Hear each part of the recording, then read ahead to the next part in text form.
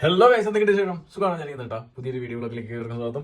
തമിഴിൽ കണ്ട പോലെ തന്നെ കുറേ സുഹൃത്തുക്കൾ കഴിഞ്ഞ ദിവസം കുറച്ച് വീഡിയോസും കാര്യങ്ങളൊക്കെ അയച്ചു തന്നിട്ട് എന്താണ് ഇതിന്റെ സത്യാവസ്ഥ ഉള്ളതാണോ, കുറേ ആൾക്കാർ പേടിച്ച് കളിച്ചിട്ടാണ് നമുക്ക് ഇത് അയച്ചു തന്നതും. അപ്പോൾ അത് ശരിക്കും പറഞ്ഞു കഴിഞ്ഞാൽ അങ്ങനെ ഒരു ന്യൂസുകൾ സ്പ്രെഡ് ചെയ്യുന്നുണ്ടായിരുന്നു കഴിഞ്ഞ ദിവസങ്ങളിൽ വളരെ വ്യാപകമായിട്ട്. അപ്പോൾ അതിന്റെ ഒരു അപ്ഡേറ്റ് ആണ്. തീർച്ചയായിട്ടും നിങ്ങൾ കുടുങ്ങുമോ? യൂണിവേഴ്സിറ്റിയെ പറ്റിച്ച് ഫീസ് അടയ്ക്കാതെ കേരള വിസയിലേക്ക് സ്വിച്ച് ചെയ്താൽ ഏവരും കുടുങ്ങുമോ എന്നുള്ളതാണ് നമ്മുടെ ടോപ്പിക്. ഓക്കെ, ഇനി ചാനൽ ഇൻഫോർമേറ്റീവ് ആയിട്ടുണ്ടെങ്കിൽ യൂട്യൂബ് ചാനൽ സബ്സ്ക്രൈബ് ചെയ്യുക, നോട്ടിഫിക്കേഷൻ ചെയ്യുക, ഷെയർ ചെയ്യുക. കാരണം കഴിഞ്ഞ ദിവസം ഈ ന്യൂസൊക്കെ സ്പ്രെഡ് ചെയ്തപ്പോൾ നമുക്കറിയാം ഏറ്റവും കൂടുതൽ സ്റ്റുഡന്റ് വിസയുടെ വീഡിയോസ് ചെയ്തതും അതുപോലെ തന്നെ സ്റ്റുഡൻസിനെ അടുത്തറിയാവുന്ന നമ്മൾ എഡ്യൂക്കേഷൻ കൺസൾട്ടൻസി പരമായിട്ടാണെങ്കിലും പല രീതിയിൽ നമുക്ക് അറിയാവുന്ന കാര്യമാണ്. നമ്മൾ ശരിക്കും ഈ ഒരു ന്യൂസുകൾ ഇവര് മീൻസ് ഇതൊക്കെ വരുന്നതിന് മുമ്പ് മാസങ്ങളും വർഷങ്ങളും മുമ്പ് നമ്മൾ ഈ ഒരു വീഡിയോ ചെയ്തിട്ടുണ്ട്. ഇല്ലെങ്കിൽ യു കെയിൽ സ്റ്റുഡൻസ് യു കെയിലേക്ക് വരുന്നു, കോഴ്സ് ഡ്രോപ്പ് ചെയ്ത് വന്നിട്ട് മാസങ്ങൾ, ഒരു മാസമോ 2 മാസമോ ആകാത്ത ആൾക്കാരടക്കം കോഴ്സ് ഡ്രോപ്പ് ചെയ്ത് അപ്പൊ തന്നെ ഒരു വർക്ക് വിസ എടുത്തു, കെയർ വിസ എടുത്തു. കാരണം ആ ഫീസ് അടക്കേണ്ട പൈസയും കൊണ്ട് അവർ കെയർ വിസ എടുത്തു, അവരിവിടെ നിന്നു. അങ്ങനെ ഒരുപാട് പേര് എനിക്കറിയാം, ഒരുപാട് പേര്. അത് തന്നെയാണ് എന്റെ അടുത്ത് ഈ ഒരു സംശയം, ഈ ഒരു ആശങ്ക പ്രകടിപ്പിക്കാനായിട്ടുള്ള സാഹചര്യം ഉണ്ടായിരുന്നു. കാരണം പലരുടെയും ഇത് കണ്ടപ്പോൾ ഞാൻ പറഞ്ഞു, ചിലർക്ക് പാനിക് അറ്റാക്ക് ഒക്കെ വരാനുള്ള സാധ്യത വളരെ കൂടുതലായിട്ട് കണ്ടു. കാരണം വളരെ പേടിപ്പിക്കുന്ന ഒരു ന്യൂസ് തന്നെയാണ്. അല്ലെങ്കിൽ അതൊരു പലരുടെയും ആശങ്ക വലിയ രീതിയിൽ ആളി കത്തിക്കാനായിട്ടുള്ള ഒരു സാഹചര്യം. ഒന്നാമത് അവർ പേടിച്ചിട്ടാണ് ഇരിക്കുന്നുണ്ടായിരുന്നത്. പക്ഷെ ആശങ്ക ആളി കത്തിക്കാനുള്ളൊരു നല്ലൊരു വകുപ്പ് ഉണ്ടായിരുന്നു. എനിവേ, നമ്മൾ കുറച്ച് ക്ലാരിറ്റി തരാം. ഞാൻ കഴിഞ്ഞ ദിവസം സോളിസിറ്റേഴ്സിനെ ചോദിച്ചു, അതുപോലെ തന്നെ നമ്മൾ കുറെ കാര്യങ്ങൾ നമ്മൾ റിസർച്ച് ചെയ്തു. അങ്ങനെയാണ് ഈ ഒരു വീഡിയോ ചെയ്യുന്നത്. ഓക്കെ, എന്താണ് കുടുങ്ങുമോ നിങ്ങൾ? നിങ്ങൾ വന്നേ നിങ്ങൾ പറഞ്ഞാണ് നിങ്ങൾ ചെയ്യരുത്, അതായത് യൂണിവേഴ്സിറ്റി പറ്റിക്കരുത്, വന്ന് ഫീസ് അടയ്ക്കാതെ മാറരുത്. അപ്പൊ നിങ്ങൾ എടുത്ത് പറഞ്ഞു നിങ്ങളൊക്കെ ഒരു ഏജൻസിയാണ്, നിങ്ങൾ ഫീസ് അടച്ചാൽ നിങ്ങളുടെ കമ്മീഷൻ കിട്ടുള്ളൂ എന്ന് ചോദിച്ചാൽ കുറെ മഹാമാരുണ്ടായിരുന്നു കേട്ടോ. അവർക്കടക്കം ഇമെയിലുകൾ വന്നു തുടങ്ങി എന്നുള്ളതാണ്. ഇതിനകത്ത് 2 കാര്യമാണ്. ഒന്ന്, നിങ്ങൾ ഫീസ് അടച്ചില്ലെങ്കിൽ നിങ്ങളെ ഹോം ഓഫീസ് എന്താണ് നിങ്ങളെ പിടിക്കുമോ, അല്ലെങ്കിൽ ഹോം ഓഫീസ് നിങ്ങളെ തടയുമോ, ഇല്ലെങ്കിൽ നിങ്ങൾ നാട്ടിൽ പോകുമ്പോൾ ഹോം ഓഫീസ് നിങ്ങളെ പിടിക്കുമോ, ഇല്ലെങ്കിൽ നിങ്ങളുടെ പുറമെ ഹോം ഓഫീസ് വരുമോ എന്നുള്ളൊരു ചോദ്യമാണ്. തീർച്ചയായിട്ടും എനിക്ക് ഇപ്പോൾ നമ്മുടെ സോളിസിറ്റേഴ്സിന്റെ സൈഡിൽ നിന്നെല്ലാം നമുക്ക് കിട്ടിയ ഒരു ഇൻഫർമേഷൻ അത് ഞാൻ ഷെയർ ചെയ്യാം. വോയിസ് ഒന്നും ഷെയർ ചെയ്തില്ല, എങ്കിലും ഞാൻ ഇൻഫർമേഷൻ ഷെയർ ചെയ്യാം. പക്ഷെ മറ്റൊരു കാര്യം എന്ന് വെച്ച് കഴിഞ്ഞാൽ, ഇതൊക്കെ കിടക്കുന്നതിന് മുമ്പ് ഒരു കാര്യം പറയട്ടെ. നമുക്ക് നിങ്ങൾ ഈ സ്വിച്ച് ചെയ്ത സമയത്ത് അതായത് കഴിഞ്ഞ മെയ് 15-13 മുമ്പ് വരയ്ക്കും നമ്മൾ സ്വിച്ച് ചെയ്യാൻ പറ്റുമായിരുന്നു. സ്റ്റുഡന്റ് വിസയിലുള്ളവർക്ക് കെയർ വിസയിലേക്ക്, സ്കിൽഡ് വർക്കർ വിസയിലേക്കൊക്കെ സ്വിച്ച് ചെയ്യാൻ പറ്റുന്ന ഒരു സാഹചര്യം ഉണ്ടായിരുന്നു. അതുകൊണ്ടാണല്ലോ നമ്മൾ എല്ലാവരും സ്വിച്ച് ചെയ്തത്, ഇല്ലേ?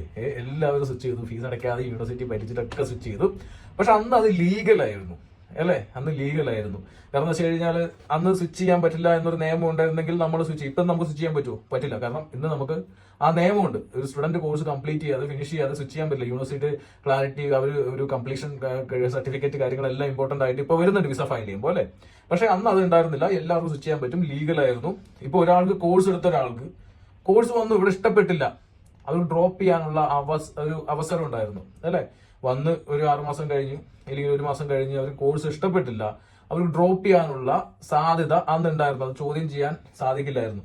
കാരണം നമുക്ക് ഇഷ്ടപ്പെട്ടില്ല, നമുക്ക് വേണ്ട എന്ന് തോന്നി, നമ്മൾ ഡ്രോപ്പ് ചെയ്തു എന്ന് തന്നെയാണ് എന്നോട് സോളിസിറ്റേഴ്സും പറഞ്ഞത്. കാരണം വെച്ച് കഴിഞ്ഞാൽ അന്ന് നമുക്ക് അതിന് അവകാശം ഉണ്ടായിരുന്നു.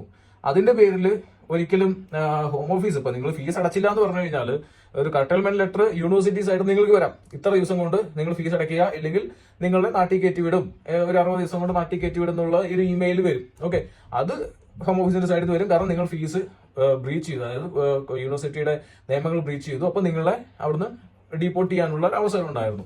സോ അങ്ങനെ ഒരുപാട് ലെറ്റേഴ്സ് വന്നിട്ടുണ്ട്. ആ ലെറ്റേഴ്സ് വന്ന സമയത്ത് തന്നെ പലരും വിസയിലേക്ക് മാറിയിട്ടുണ്ട്. സോ അന്ന് ലീഗലി അതൊക്കെ പോസിബിൾ ആയിട്ടുണ്ടായിരുന്നു എന്നുള്ളതാണ് ഒരു കാര്യം നമുക്ക് മനസ്സിലായത്. അന്നാണ് നമ്മുടെ സോളിസിറ്റേഴ്സ് പറഞ്ഞത്. ഇതൊക്കെ പറയുന്ന സമയത്ത് ഞാൻ ഒരു കാര്യം പറയട്ടെ, ഞാനൊരു ഇമിഗ്രേഷൻ ലോയറോ സോളിസിറ്ററോ കാര്യങ്ങളൊന്നുമല്ല. ഇതൊക്കെ ഇവരുടെ അടുത്തൊക്കെ ചോദിച്ചിട്ട് കിട്ടിയ ഇൻഫർമേഷനും, ഇല്ലെങ്കിൽ അന്നത്തെ ഇവിടുത്തെ റൂളുകളും കാര്യങ്ങളൊക്കെ ആയിരുന്നു. ഓക്കെ, അപ്പോൾ അതുകൊണ്ട് തന്നെയാണ് ഇന്ന് അത് ക്ലാരിറ്റി നമുക്ക് പറഞ്ഞു തരാൻ പറ്റുന്നത്. അപ്പോൾ അന്നൊരു പ്രശ്നമില്ലായിരുന്നു. യൂണിവേഴ്സിറ്റി ഫീസ് അടച്ചില്ലെങ്കിൽ യൂണിവേഴ്സിറ്റി നിങ്ങളെ ഡീപ്പോർട്ട് ചെയ്യും. അപ്പോൾ ഡീപ്പോർട്ട് ചെയ്യാനുള്ള സമയത്തിനകത്ത് വിസയിലേക്ക് മാറി, അല്ലെങ്കിൽ അതിനകത്ത് വന്ന ഒരു വിസയിൽ മാറി, അന്നൊരു പോസിബിലിറ്റി ഉണ്ടായിരുന്നു. ഓക്കെ, പിന്നെ ഒരു കാര്യം എന്ന് വെച്ച് കഴിഞ്ഞാൽ, പിന്നെ അവർ പറഞ്ഞ മറ്റൊരു കേസ് എന്ന് വെച്ച് കഴിഞ്ഞാൽ, ഇപ്പൊ ഇങ്ങനെ ഫീസ് അടയ്ക്കാതെ ആൾക്കാരെ പിടിക്കണമെന്നുണ്ടെങ്കിൽ നമ്മുടെ മാർക്ക് സക്കർബർഗ്, ബിൽ ഗേറ്റ്സ്, അതുപോലെ തന്നെ കുറെ അധികം വലിയ വലിയ ആൾക്കാർ, ഈവൻ ഷാറുഖ് ഖാൻ അടക്കം ഈ കോഴ്സ് ഡ്രോപ്പ് ഔട്ടാണ്. ഇവരെല്ലാം ഒരു 10-50ഓളം ആൾക്കാർ വലിയ വലിയ ഇപ്പോഴുള്ള നല്ല നിലയിൽ ബിൽ ഗേറ്റ്സ് തൊട്ട് പലരും UK യൂണിവേഴ്സിറ്റി കോഴ്സ് ഡ്രോപ്പ് ഔട്ടാണ്. അപ്പൊ അതുകൊണ്ട് തന്നെ അവരെ അന്ന് ഇത് പോസിബിൾ ആയിട്ടുള്ള ഒരു കാര്യമായതുകൊണ്ടാണ് അത് ചെയ്യാൻ പറ്റിയത്. പോസിബിൾ അല്ലെങ്കിലും ഒരിക്കലും ഇവിടെ ചെയ്യാൻ പറ്റില്ല. UK നിയമങ്ങൾ അറിയുന്നവർ തന്നെയല്ലേ നിങ്ങൾ എല്ലാവരും. തീർച്ചയായിട്ടും അന്ന് അങ്ങനെ ഒരു ചാൻസ് ഇല്ലെങ്കിൽ ഒരു കാരണവശാലും നിങ്ങൾക്കൊരു വിസ എടുക്കാനോ നിൽക്കാനോ പറ്റില്ല. അത് ഇപ്പൊ നിങ്ങൾക്ക് പറ്റും, ഒരു വിസ എടുക്കാൻ പറ്റും കോഴ്സ് ഡ്രോപ്പ് ചെയ്തിട്ട്? പറ്റില്ല. ഇന്ന് ആ നിയമം ഇല്ല. യൂണിവേഴ്സിറ്റിയുടെ പെർമിഷനും കാര്യങ്ങളും എല്ലാം നിങ്ങൾക്ക് വേണം, നിങ്ങൾക്കൊരു കോഴ്സ് കംപ്ലീറ്റ് ചെയ്ത് ഒരു വിസ ഫയൽ ചെയ്യണമെങ്കിൽ തന്നെ. സോ ആ ഒരു കാര്യം നിങ്ങൾ മനസ്സിൽ വെക്കുക.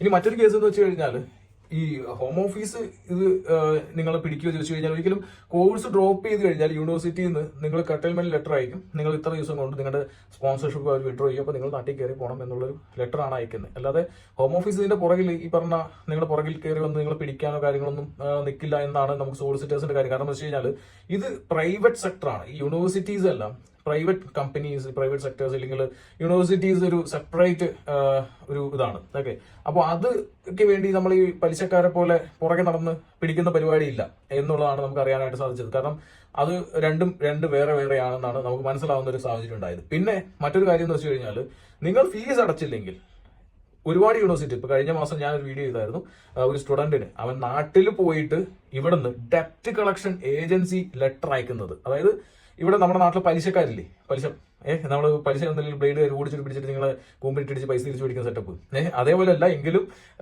ഡെപ്റ്റ് കളക്ഷൻ ഏജൻസീസ് ഉണ്ട്, അവർ നിങ്ങൾക്കെതിരെ ലെറ്റേഴ്സ് അയക്കുന്നുണ്ട്. നിങ്ങൾ നാട്ടിൽ പോയിരുന്നാൽ കൂടി ലെറ്റേഴ്സ് നാട്ടിലോട്ട് വരുന്നുണ്ട് എന്നുള്ള കാര്യം നമുക്ക് വളരെ വ്യക്തമായിട്ട് തന്നെ ബോധ്യപ്പെട്ടു. ഇവിടെയുള്ള സ്റ്റുഡൻസിന് ലെറ്റേഴ്സ് വരുന്നുണ്ട്. ഞാൻ വർഷങ്ങൾ മുമ്പ് വീഡിയോ ചെയ്തപ്പോഴും നമുക്കറിയാം, ടിസൈഡ് യൂണിവേഴ്സിറ്റിയിൽ വന്ന സ്റ്റുഡൻസ് ഇതേപോലെ കോഴ്സ് ഡ്രോപ്പ് ചെയ്ത് മുങ്ങി നടന്നവർക്കൊക്കെ ലെറ്റേഴ്സ് അയച്ചു. അതിനകത്ത് കുറെ ആൾക്കാർ ഫീസ് സെറ്റിൽ ചെയ്ത് കൊടുത്തു എന്നല്ല എനിക്ക് അറിയാനായിട്ട് സാധിച്ചു.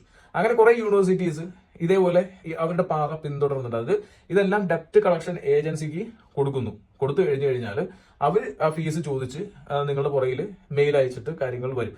നിങ്ങൾ അത് റെസ്പോണ്ട് ചെയ്തില്ലെങ്കിൽ അത് കോർട്ടിലോട്ട് കൊണ്ടുപോകും. ഇതെവിടെ എന്താ പ്രശ്നം എന്ന് വെച്ച് കഴിഞ്ഞാൽ, നിങ്ങൾ ഇപ്പോൾ ഇവിടെ ഒരു ടാറ്റൂർ, ഇപ്പൊ നാട്ടിലേക്ക് മടങ്ങിപ്പോയവർക്ക് അവർക്ക് ഇനിയിപ്പോ വലിയ കാര്യമൊന്നുമില്ല, അവർ ഇങ്ങോട്ട് തിരിച്ചു വന്നില്ലെങ്കിൽ ഒരു പ്രശ്നമില്ല. ഇവിടുത്തെ ഒരു കേസുകൾ വരും, നാട്ടിലുള്ളവരും അതെങ്ങനെ കേസ് ബാധിക്കുന്നു എനിക്ക് അറിഞ്ഞൂടാ. ഇനിയിപ്പോ നാട്ടിലുള്ളവർക്ക് അവിടെ പോയിട്ട് കേസ് ബാധിക്കുമോ അത് നിങ്ങൾക്ക് അറിയുന്നവർ ആരെങ്കിലും ഉണ്ടെങ്കിൽ അത് എനിക്കൊന്ന് ഗൈഡ് ചെയ്യും. പക്ഷെ എനിക്ക് നാട്ടിലുള്ളവർക്ക് എത്രത്തോളം പോസിബിൾ ആണെന്ന് എനിക്കറിയാം. പക്ഷെ UK നമുക്കറിയാം, ഇപ്പൊ ടാറ്റൂല്, അതായത് വന്നുടൻ തന്നെ കോഴ്സ് ഡ്രോപ്പ് ചെയ്ത് യൂണിവേഴ്സിറ്റിയെ പറ്റിച്ച് വിസ എടുത്തിട്ടുള്ള ആൾക്കാർ ഇവിടെ തന്നെ നിലനിന്ന് അവർക്കൊരു PR വേണ്ടതാണ്, അവർക്ക് പല കാര്യങ്ങൾ വേണ്ടതാണ്. അതായത് വീട് മേടിക്കണം, പല കാര്യങ്ങൾ ചെയ്യുന്ന ആൾക്കാരാണ്. സോ ഇവർക്ക് എന്താ പ്രശ്നം എന്ന് വെച്ച് കഴിഞ്ഞാൽ, നിങ്ങൾ ഈ ഡെപ്റ്റ് കളക്ഷൻ ഏജൻസീസ് നിങ്ങൾക്ക് എല്ലാവർക്കും ലെറ്റർ അയക്കുന്നുണ്ടാവാം.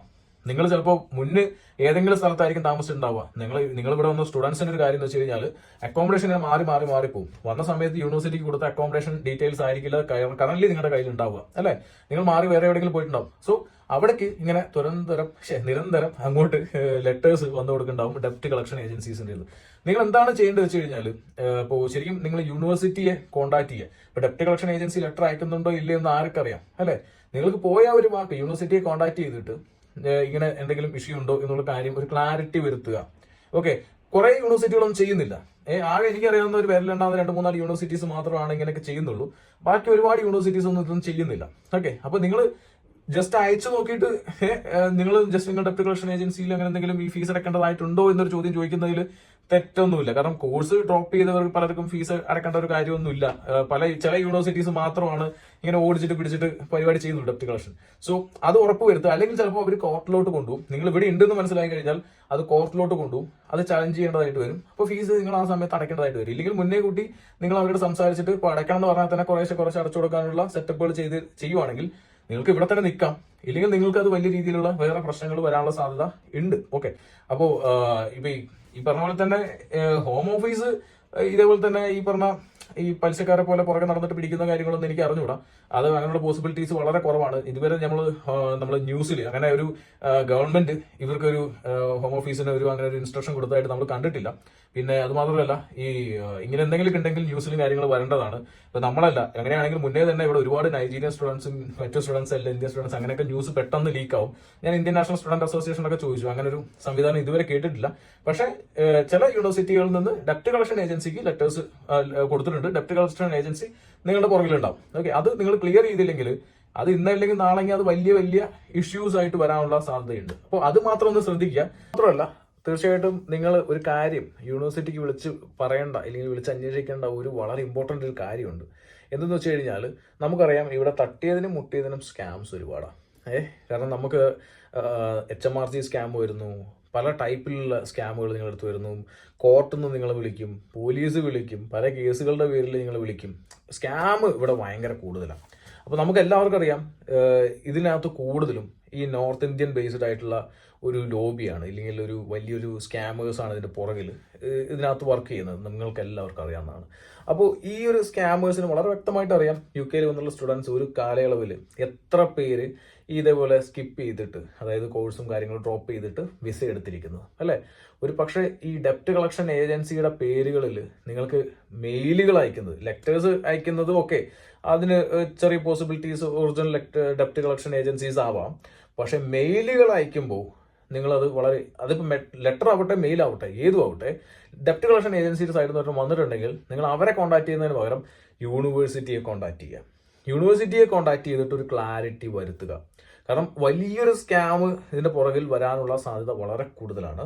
കാരണം ഇത് ഓരോരുത്തരെയും ഫോക്കസ്ഡ് ആണ്. കാരണം ഇവിടെ വന്നിട്ടുള്ള സ്കിപ്പ് ചെയ്തിട്ട് സ്വിച്ച് ചെയ്തിട്ടുള്ള ആൾക്കാരെയൊക്കെ നമുക്ക് എന്തിന്, ഇപ്പോൾ ഇന്നലെ വന്ന സ്റ്റുഡൻസിനെ വളരെ ഫോക്കസ്ഡ് ആയിട്ട് സ്കാം ചെയ്ത് പൈസ അടിച്ചു മാറ്റുന്ന ബിരുദന്മാരാണ് ഇവർ. അപ്പൊ നിങ്ങൾ ഇവിടെ എന്തൊക്കെ ചെയ്യുന്നു എന്ന് വളരെ കുറച്ച് നാളത്തെ ഹോംവർക്ക്, ഇവർ വെറുതെ ചുമ്മാ വന്നിട്ട് ഇങ്ങനെ നിങ്ങളെ പറ്റിക്കാൻ വേണ്ടി എറിയുന്നതൊന്നുമല്ല. ഇവർ വളരെ ഡീറ്റെയിൽഡ് ആയിട്ടുള്ള സ്റ്റഡി നടത്തി പറ്റിക്കാൻ വേണ്ടി നല്ല എക്സ്പേർട്ട് ആയിട്ടുള്ള ആൾക്കാരാണ് ഇതിന്റെ പുറകെ നിൽക്കുന്നത്. അപ്പോൾ അതുകൊണ്ട് തന്നെ ഈ ഒരു വശവും കൂടി ഒന്ന് ചിന്തിച്ച് നോക്കുക. നിങ്ങൾ യൂണിവേഴ്സിറ്റിയിൽ കോൺടാക്ട് ചെയ്ത് നോക്കേണ്ടതിന്റെ വളരെ ഇമ്പോർട്ടൻസ് ഇതാണ്. കാരണം ഇനിയിപ്പോൾ അത് വലിയൊരു സ്കാം ആണെങ്കിലോ അല്ലേ, ലക്ഷങ്ങളാണ് യൂണിവേഴ്സിറ്റിക്ക് അടക്കേണ്ടത്. ആ അടക്കേണ്ട തുകയായിരിക്കാം അവർ ചിലപ്പോൾ പോക്കറ്റിലേക്ക് ഇടാൻ പോകുന്നത്. അപ്പോൾ ആ ഒരു കാര്യം നിങ്ങൾ ഉറപ്പ് വരുത്തുക. ഓക്കെ, അപ്പോൾ ഈ ഒരു കാര്യം എവിടെയൊന്നും പറഞ്ഞിട്ടില്ല. പക്ഷെ ഞാൻ എന്നെ അപ്രോച്ച് ചെയ്ത എല്ലാവരുടെ അടുത്തും ഞാൻ പറയുന്നുണ്ട്. കാരണം അത് സ്കാം അല്ലെന്ന് ഉറപ്പ് വരുത്തുക. ഇമെയിൽ ത്രൂ മാത്രം മെയിലുകൾ വരുന്നതും ഒരു ഭീഷണികൾ വരുന്നതൊക്കെ അത് സ്കാമിന്റെ ഒരു സൂചന പോലെയാണ്. അപ്പോൾ യൂണിവേഴ്സിറ്റിയിൽ നിർബന്ധമായിട്ട് കോൺടാക്ട് ചെയ്ത് ചോദിക്കുക, ലെറ്റർ സഹിതം കൊണ്ടുപോയി കോൺടാക്ട് ചെയ്ത് ചോദിക്കുക. ഓക്കെ, അപ്പോൾ എന്തായാലും ഇന്നത്തെ വീഡിയോ നിങ്ങൾക്കൊക്കെ യൂസ്ഫുൾ ആവുമെന്ന് വിചാരിക്കുന്നു. യൂസ്ഫുൾ ആയിട്ടുണ്ടെങ്കിൽ ഒന്ന് സപ്പോർട്ട് ചെയ്യുക. കാണാം.